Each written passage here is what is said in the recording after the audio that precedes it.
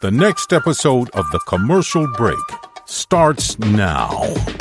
5:30! Oh, yeah, cats and kittens. Welcome back to The Commercial Break. I'm Bryan Green. This is my dear friend and the co-host of this show, Chris and Joy Hoadley. Best to you, Chris. Best to you, Bryan. And best to you out there in the podcast universe. Thanks for joining us on a TCB Infomercial Tuesday with Two Peter. Is that a word? Two Peter? Repeater. Yeah. Repeater. Twice as nice, Lewis Black, legendary comedian and satirist and orator of many things funny and many opinions. And I think it's a good time to have Lewis here in the studio. He'll get us all riled up but calm us down at the same time. Exactly. Lewis, of course, was here with us about a year. At the January, I think he was here, if I remember correctly, but I don't ever remember correctly, so we'll just take it on fact that it was January. Lewis was here, and we enjoyed our conversation with him so much that when given the opportunity to talk twice to Lewis Black, of course, we would say yes.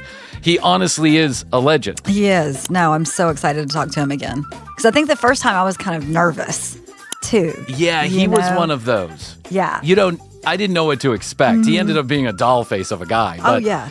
But I've just been watching him for so long. Yell at people. And, yeah. Yell at people. And just, again, I'd been watching him for so long, I knew who he was, and I was a little nervous. I was a little starstruck. Yeah. Hey, listen, I'm with you on this one. Like, Lewis Black is one of the people that you watch him and you watch his demeanor and his attitude and the way that he conducts himself in front of a camera, and you go, if that shows up, I'm toast. Like, if that shows up, I'm toast.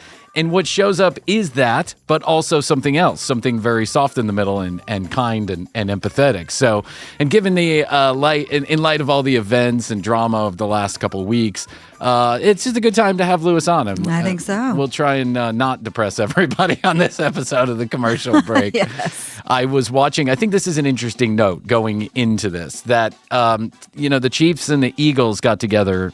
That's right. Yesterday as we're recording this. And Taylor Swift was there, newly engaged to Travis, was there. And I guess what has become kind of a thing is everybody watching either the intro, outro, or halftime walk that Taylor does to and from the suite where she sits when she watches Travis do his thing. And this time they had her behind a rolling stanchion, like almost what you would, I don't even know how to explain it. All these big blackboards, probably about 8 feet tall, connected so that you can't see in between them. And they were just rolling with her as she walked inside of the suite area up there. And many people online postured that Taylor is pregnant, so she is hiding maybe a belly. But I call bullshit on that. I don't think she's pregnant. And she's not going to show a belly a week after she was on his podcast and days after she was photographed. What that is, what people have figured out what that is, and I said it right when I saw it, is a bulletproof stanchion. A rolling stanchion that's bulletproof so that she could sit behind it so that no one could get a good look at what they were aiming at. They were aiming at it. But that is the sad state of affairs. That we live in. And it really just, I don't know why that coupled with all of the drama of over the last week really made me just a little bit sad for where we stand in the world today. It's Taylor fucking Swift. I mean, cool. She sings music. I mean, she sings music. What are we all upset about? But I guess she also is the most famous person in the world, and Michael Jackson, and name Prince, and all these people. They all had to have security around them, no matter what time of the world that it was. They all had a bunch of security around them. But it's just sad. I hope this is a moment for reflection and self-awareness on everybody's mind, no matter which side of the aisle that you're on, that we all decide to take a chill pill and realize that words are not an existential threat. They just are not. They're just words. And while they may be mean and mean-spirited and even ugly and even, racist or sexist or homophobic or whatever they may be, they are just words. And we can make the choice to not make them an existential threat, or just turn it off. That's it. Just turn it off. It's ugly. I don't like it. I'm turning it off. Thanks anyway. I'll move back to K-Pop Demon Hunter, where all the good shit's happening. I hear those fucking songs one more time in my goddamn house. I swear on all that's holy. I am over it with a capital O. I haven't even seen it. Don't watch it. Yeah. Because the songs are catchy, and then, they get stuck in your head. And then it's easy to see why they're running up the charts is because they did make catchy songs. Anyway, Lewis Black is here with us. Be here with us in just a few minutes. You can go to lewisblack.com. He has 2 more shows left on his very last tour. He told us this last time. He's wrapping it up at the end of the year, and here it is at the end of the year. He's wrapping it up. 2 more shows, in both of them in Pennsylvania. I think Easton and Thomasville is what he said, is what it says on the website. So if you get a chance and if you're within earshot, you should go see those. Tickets are available. I just checked. He's also going to be on Comedy Central's The Daily Show tonight, as he is most months of the year for the last 5 or 6 years. And then I love it. It's always a fun night when he's there. There's just something comforting. There is. About a man with glasses yelling at me. I know. It reminds me of my own childhood. Watching him as a young little budding idiot, just watching him on my little old box of a TV and cable running right into the back of it. And The Daily Show was the thing. Everybody watched it. Everybody had to watch it. It was one of the few programs that were out there of that nature. And Lewis was a big part of that. Yeah. He's a big part of the success of that show, which was what makes him legendary, quite frankly. So, you may say to me, Lewis Black, and I say to you, we need to recognize the people in our life who have come before us, who have paved the way. And Lewis Black is definitely one of those people. So honored to have him here. Why don't we do this, Krissy? Let's take a short break. But when we get back through the magic of telepodcasting, we're going to have if we can figure it out this time. Yes. We are going to have Lewis right here with us inside the studio. What do you say? I say let's do it. All right. We'll be back. And Lewis Black returns to the commercial break. Triumphant return to the commercial break, straight off of his 1-week stint at Burning Man. Are you or are you not? I love asking our guests about Burning Man. I've gone to all the others. I will not go to the middle of a desert. Fuck. Yeah. No. Fuckity fuck to the no. Yeah. Yeah. Fuck that. Have you been to Lollapalooza? Actually, no. I thought but I haven't. That Woodstock. Did you go to any of the Woodstocks? No. Well, see, you haven't been to all of them. I haven't been to the Woodstocks either. No. Thank God I didn't go. No, there was the second Woodstock. Fuck that. The first one, my mother caught me before I could get it. Were you trying to make a run for it? And she said, yeah, no, I just kind of left the house and started moving toward it. And she came and yanked you by the collar. No. I have only one friend who made it up there. I would never have made it because of the traffic jam. Right. Yeah. Right. Never come close. I did the one in Bonnaroo, and then I think it's Outlands, and where I performed. Oh, nice. Yeah. Bonnaroo, of course, probably the. Bonnaroo had a comedy. Yeah, they had a comedy tent, and so did Outlands. Uh-huh. Yeah, I think do they still do that?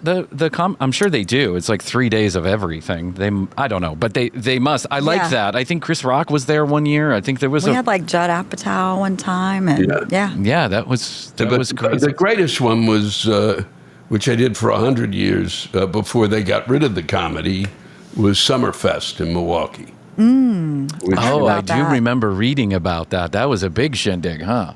Well, it still exists. It was it was the best kept secret in America. It was like you could go. You basically pick a day.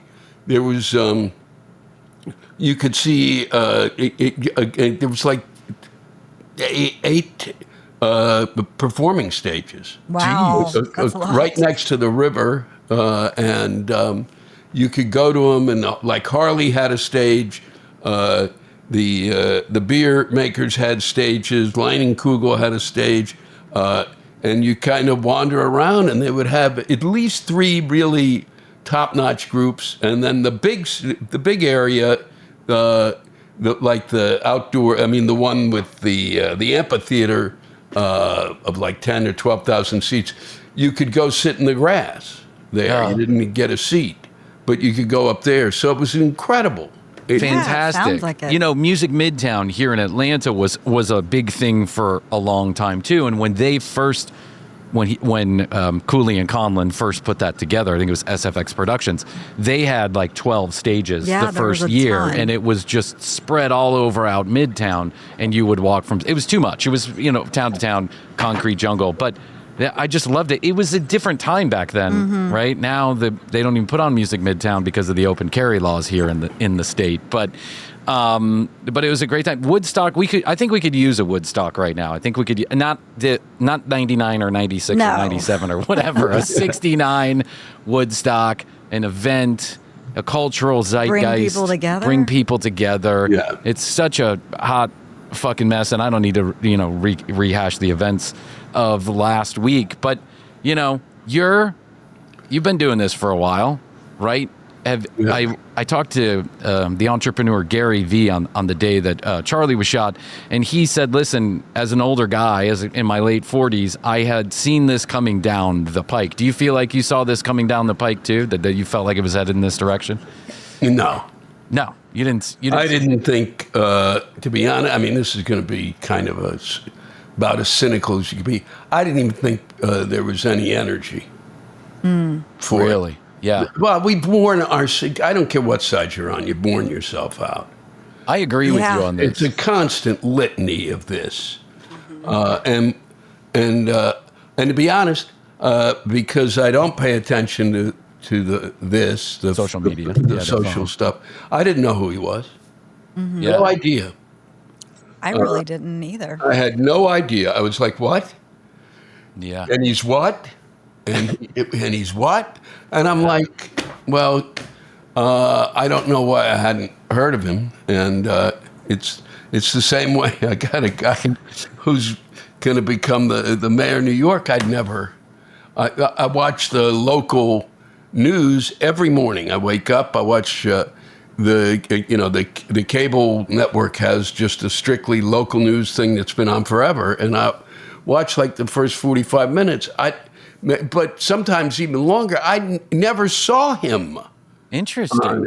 So to me, it's like, where are they hiding these people? Can you? I look at newspapers, and are newspapers that dead that this information? I mean, I started to see this stuff when he was running for. In the primary, but that was the first time.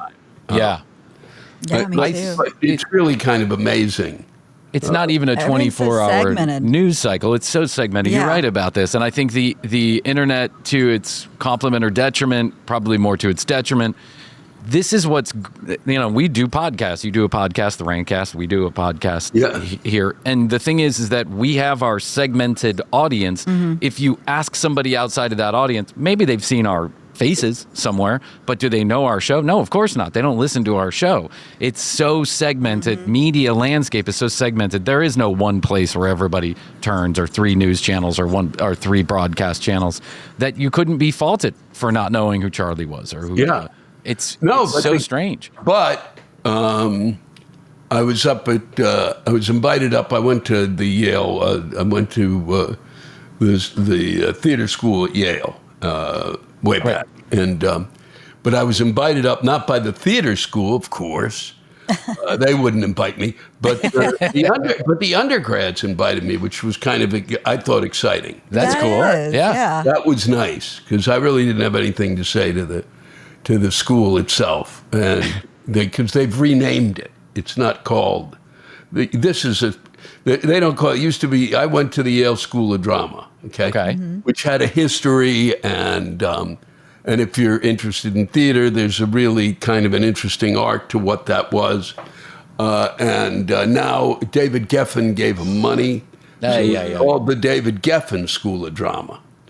So it's renamed like a football stadium. Fuck.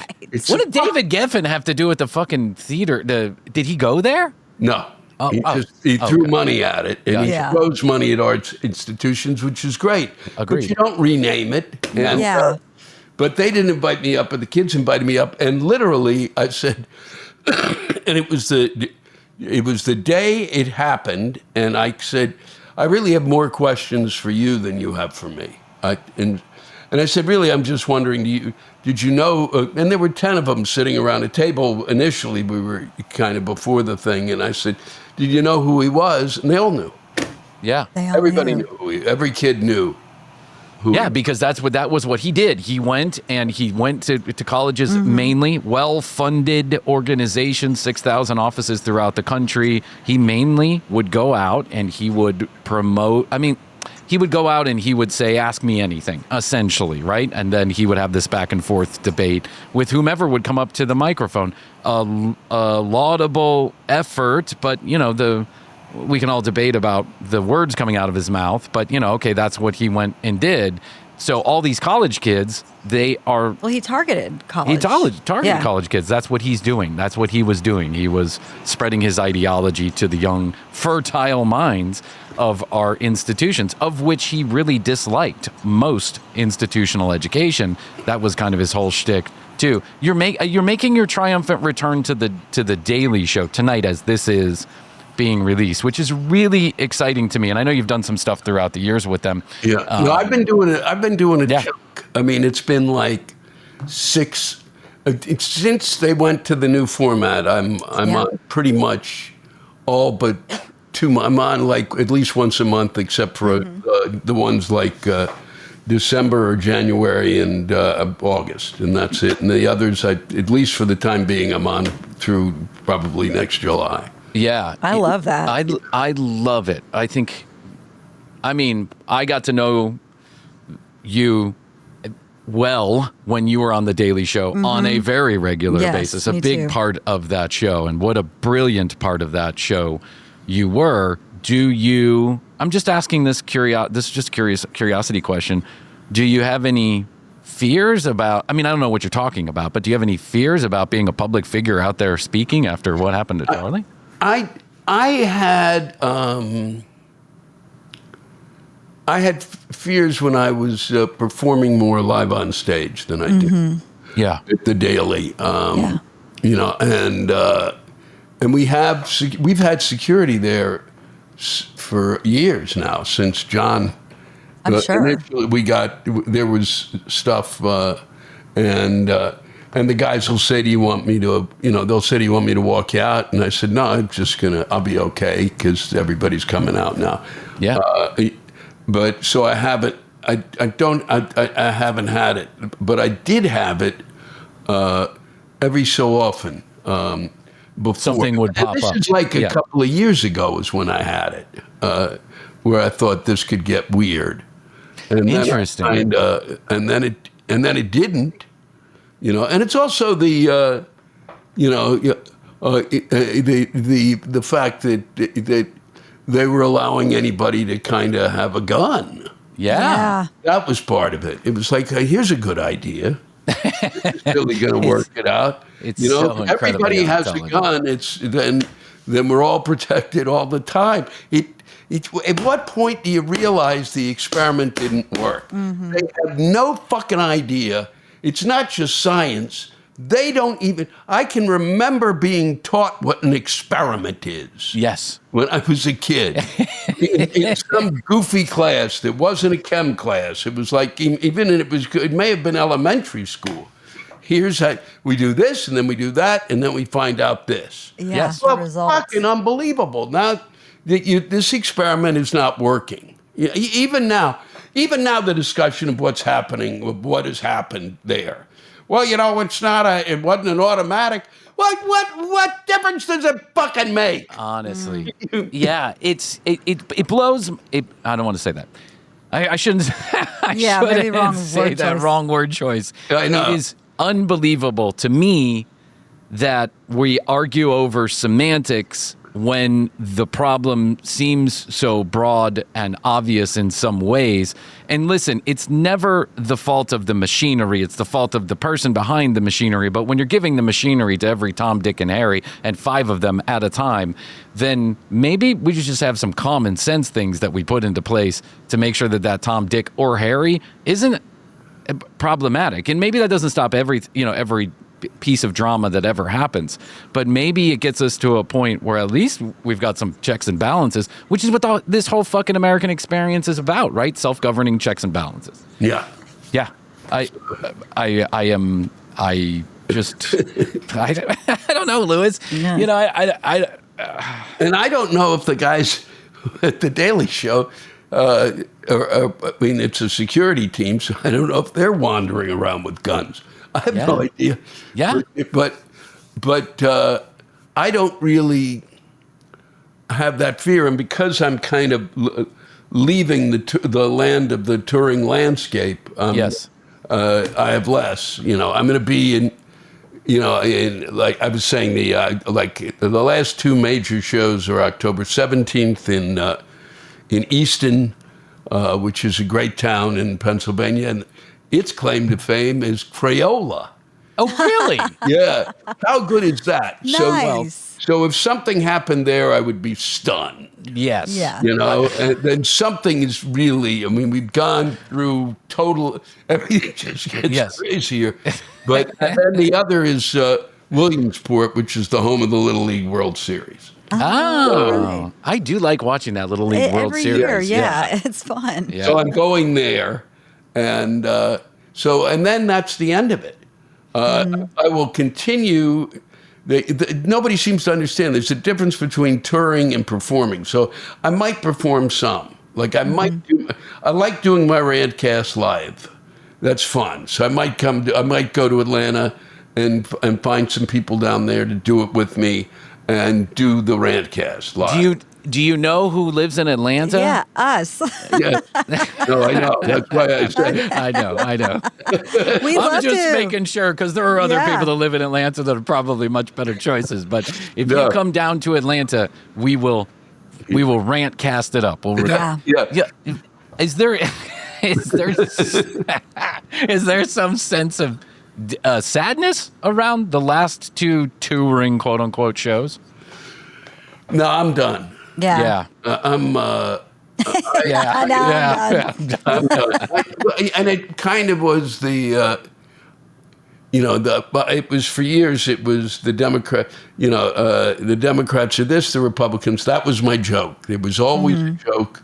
Every special, every tour, even if I didn't do it in the special, every tour I was doing what's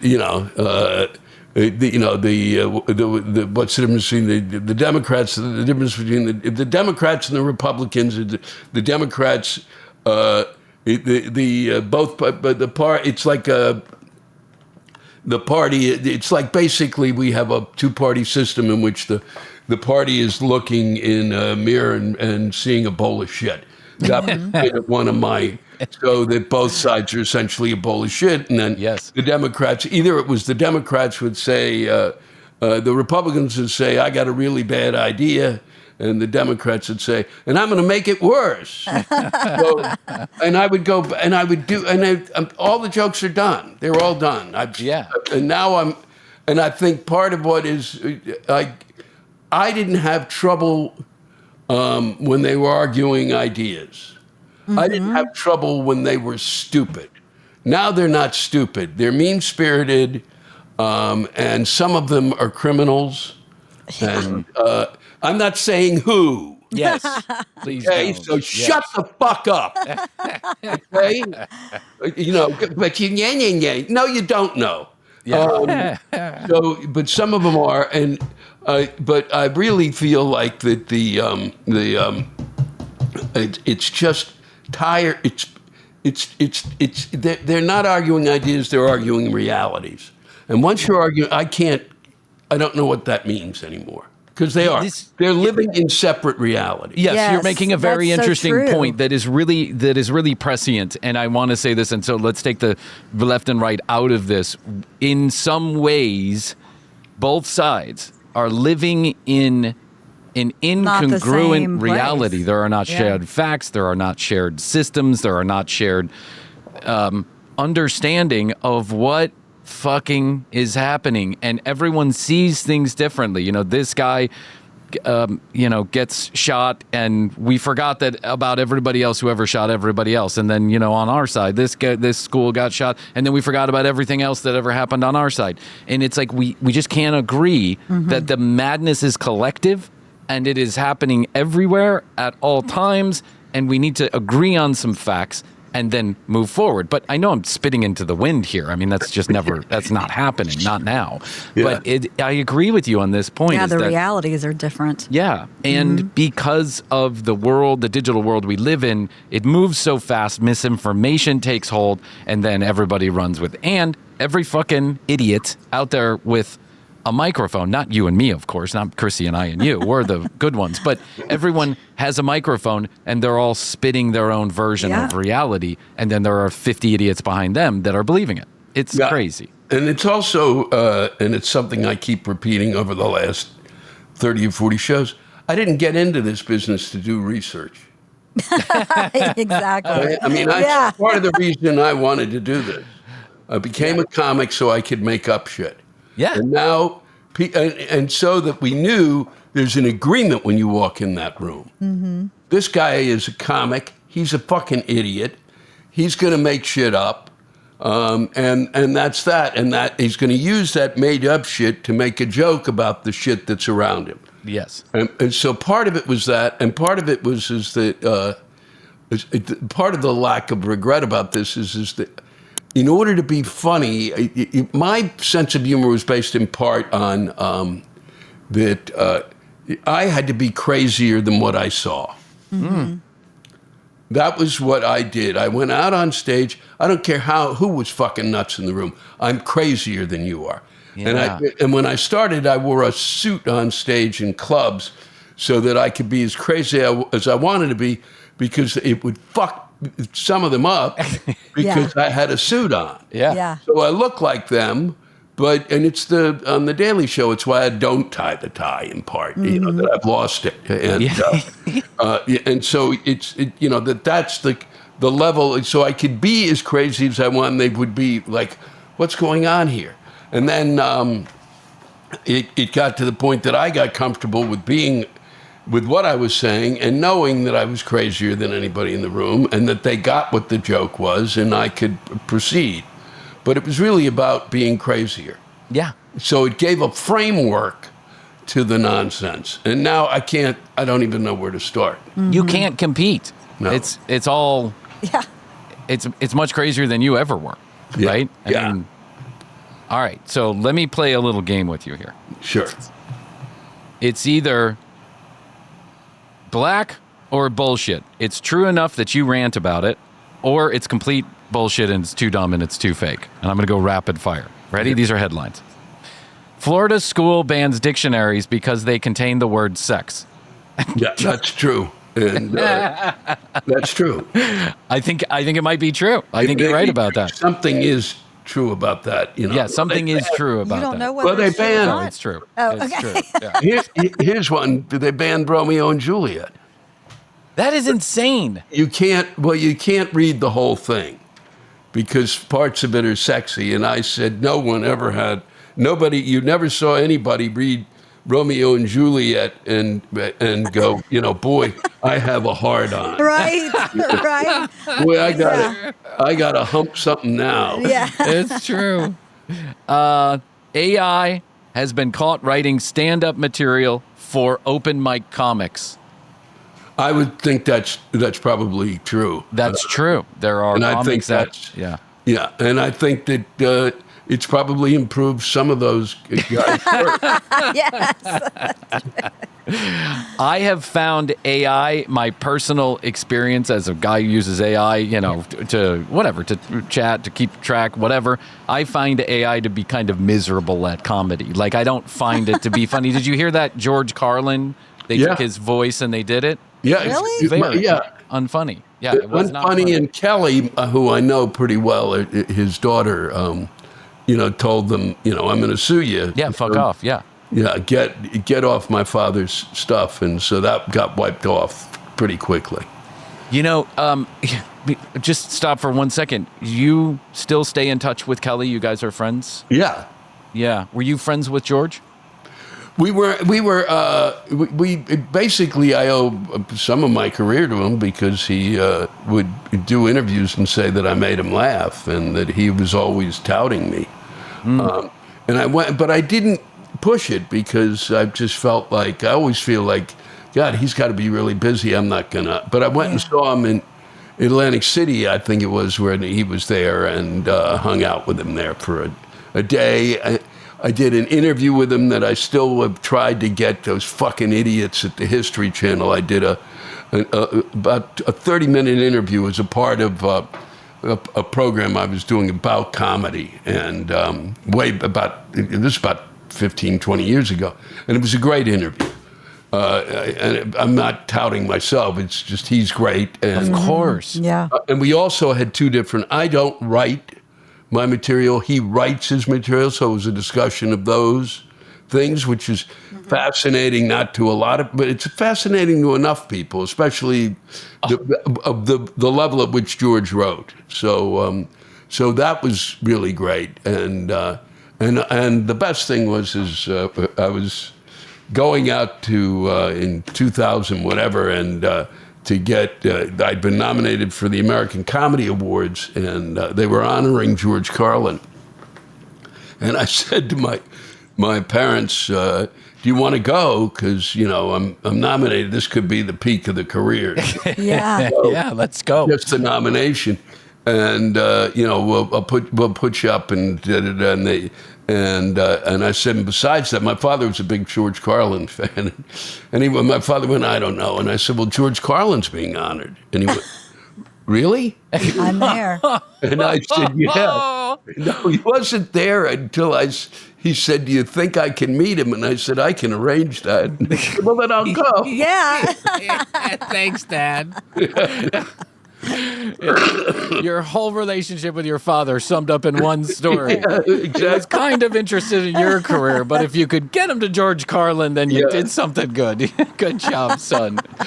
I think. Where can we watch that interview? Yeah, I mean, I can't get it. I tried to get it. Just what I wanted to do, because I'm always trying to get money for charities, is I wanted to get it and show it at Christmas time. And have people send in money. Yeah. And for whatever Kelly thought George would want the money to, but no, these idiots, it's. The History Channel won't give you access to the interview? No. And it's not streaming somewhere or online? No, of course not. Fuck. But did it run? Did it run originally?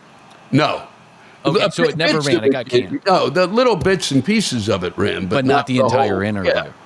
Fuck. Yeah. Lewis Black and George Carlin sitting down for a 30-minute interview does give me a hard-on. Yeah. Romeo and Juliet, maybe not, but you two having a conversation, that is hard-on material all day long.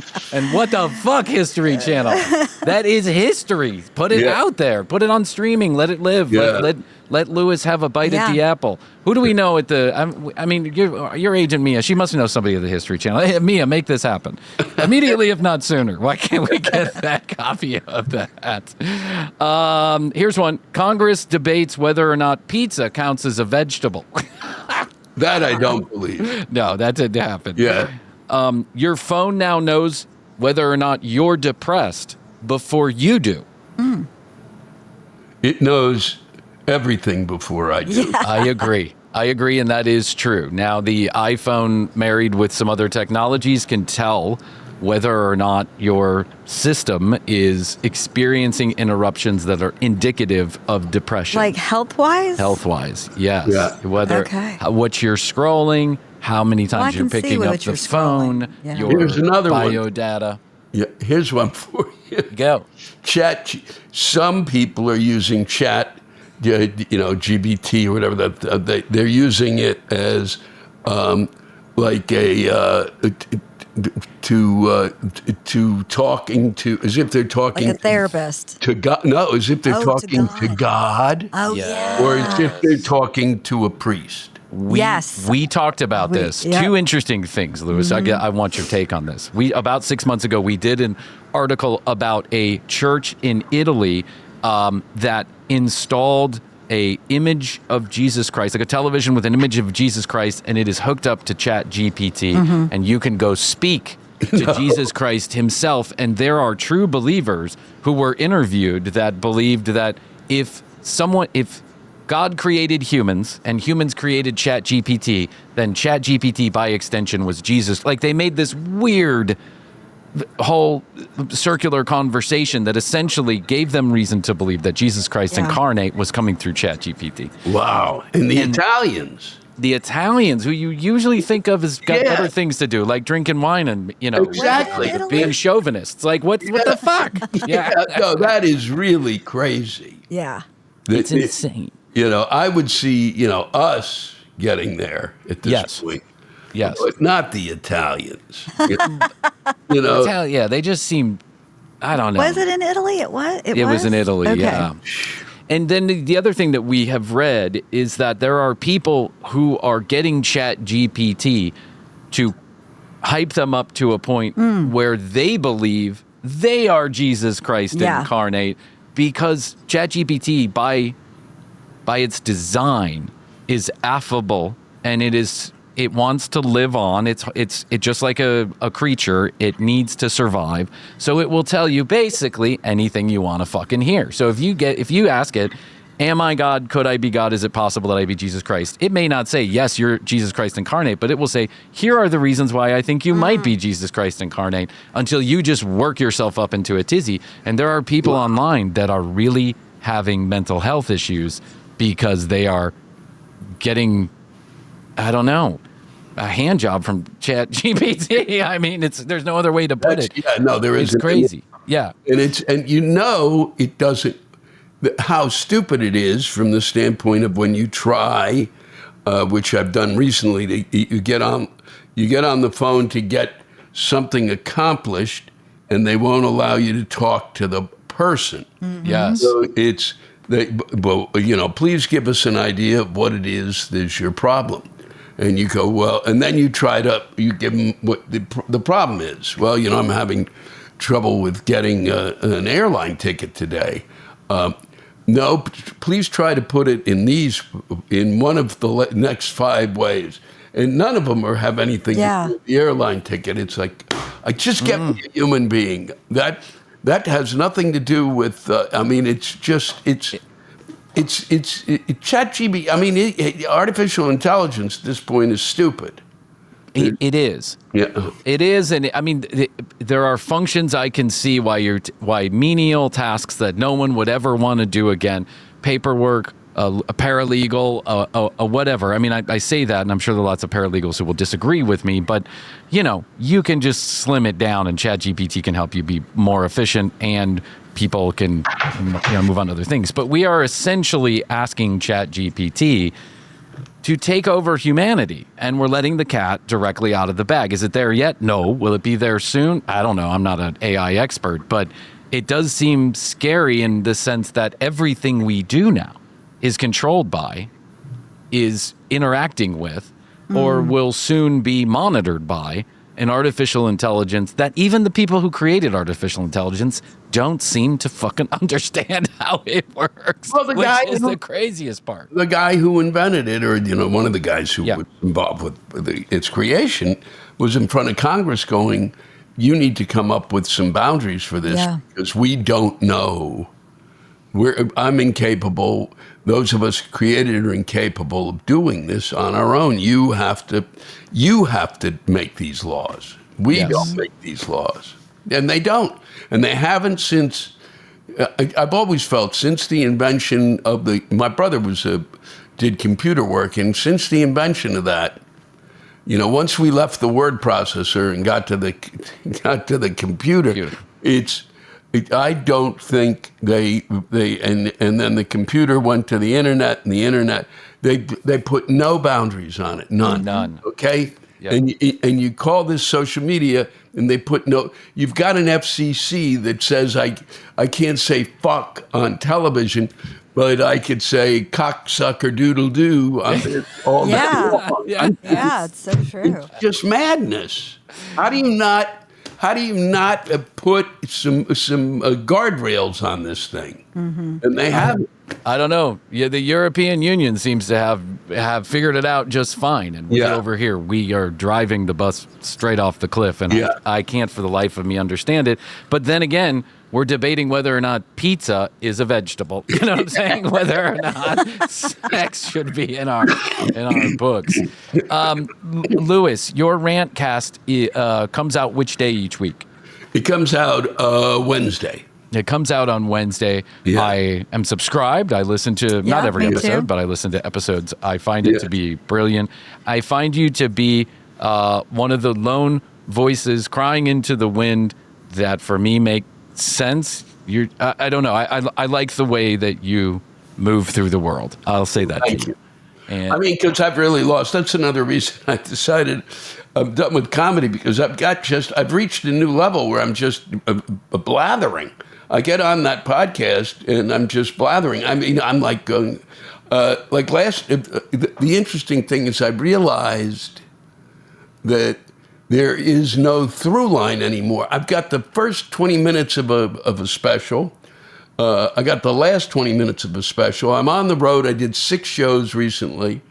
And I'm trying to put in that the 20 that goes in between. Yeah. And I tried this, and I tried certain things that I'd been doing over the course of the last year.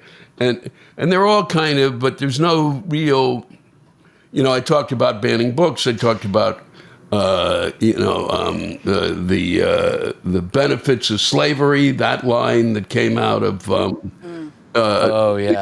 and I talked about that because, and I tried for 6 months to get the audience to realize that's a punchline. It's not something you get upset. You get upset about it, but first you laugh at it. Then you get upset. And they didn't laugh. And I was getting more and more enraged. So then I finally realized I'm going to do these last 2 shows, that the only thing, and I started to do it on my last rantcast, where all I do is list what's occurred. Mm-hmm. Yeah. This happened, this happened, this happened, this happened. There is no through line to it. Everything that follows, it's the what the fuck. Yeah. Yeah. 238th day of what the fuck. And it's been going on even longer than that. And it's this and this and this and this and this. And every day you wake up and it's something else. Yeah. So I've got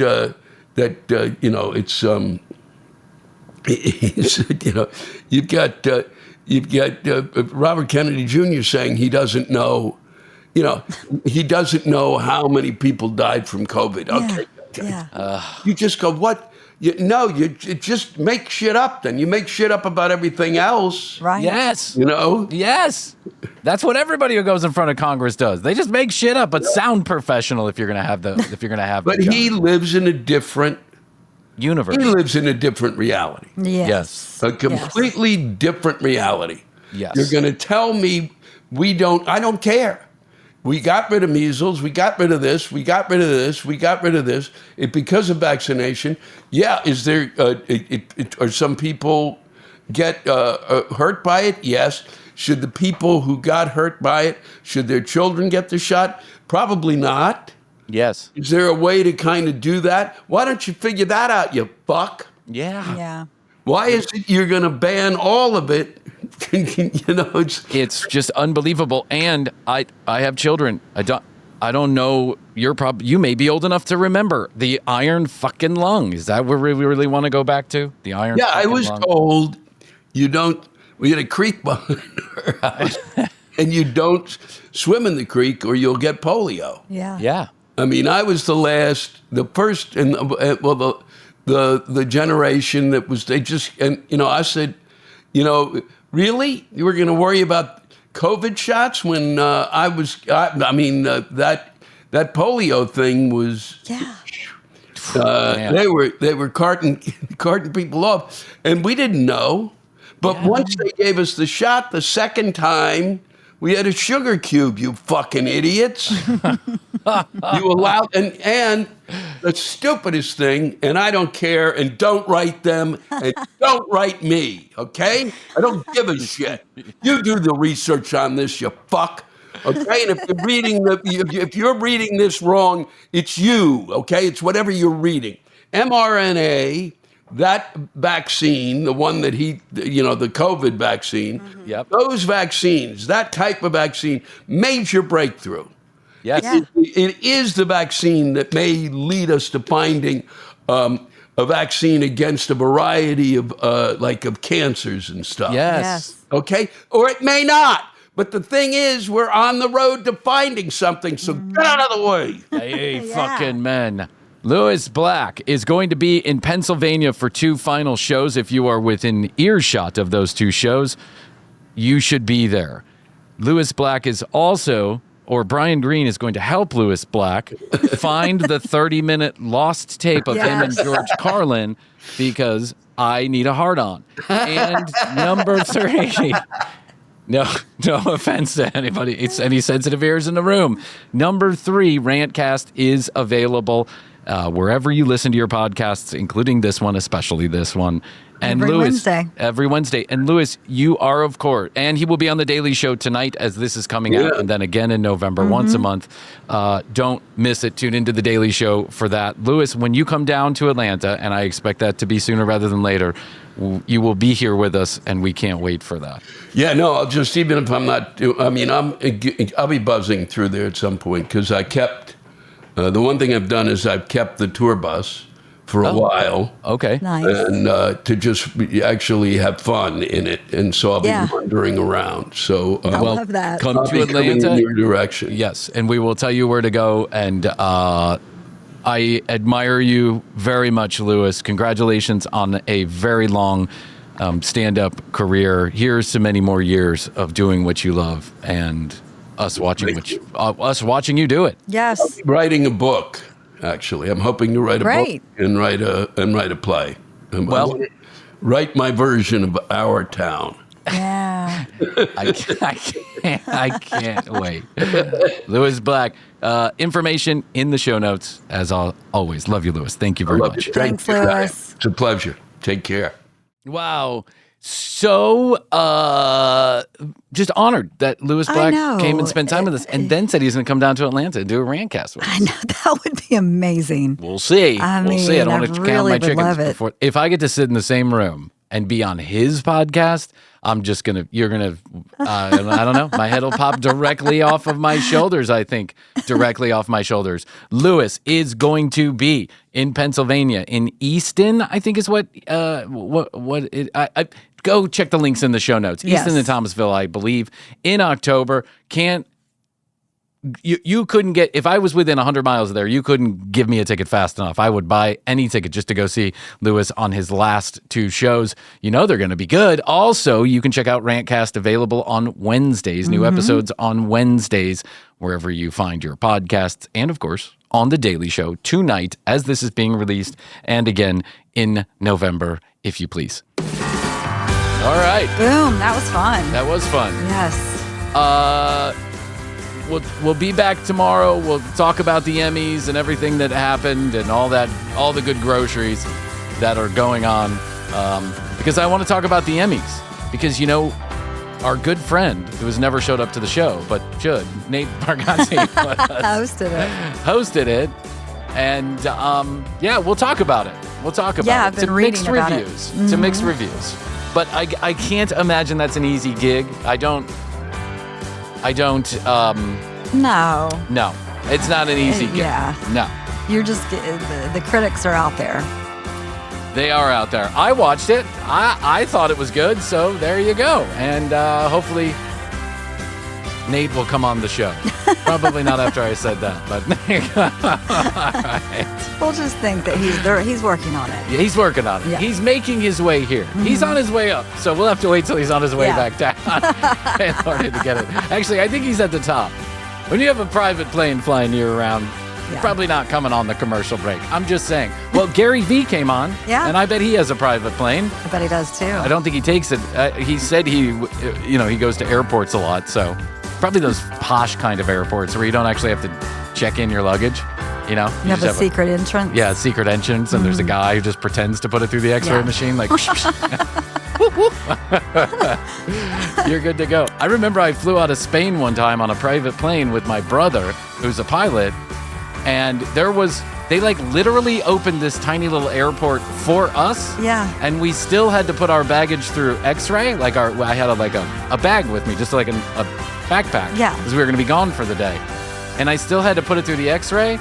And the guy who put it through the X-ray and checked it was the co-pilot of our flight. I'm like, so what were you going to do if something was in there? I know you. What are you doing? He's like, just got to do it. Just got to do it. And I'm like, okay, all right, whatever. Anyway, 212-433-3TCB, 212-433-3822. Questions, comments, concerns, content ideas. We'll take them all right there. Get involved in the conversation at The Commercial Break on Instagram and youtube.com/The Commercial Break for all the episodes on video the same day they air here on the audio. Okay, Krissy, that's all I can do for today. I think so. I'll tell you that I love you. And I love you. Best to you. Best to you. And best to you out there in the podcast universe. Until next time, Krissy and I will say, we do say, and we must say, Goodbye.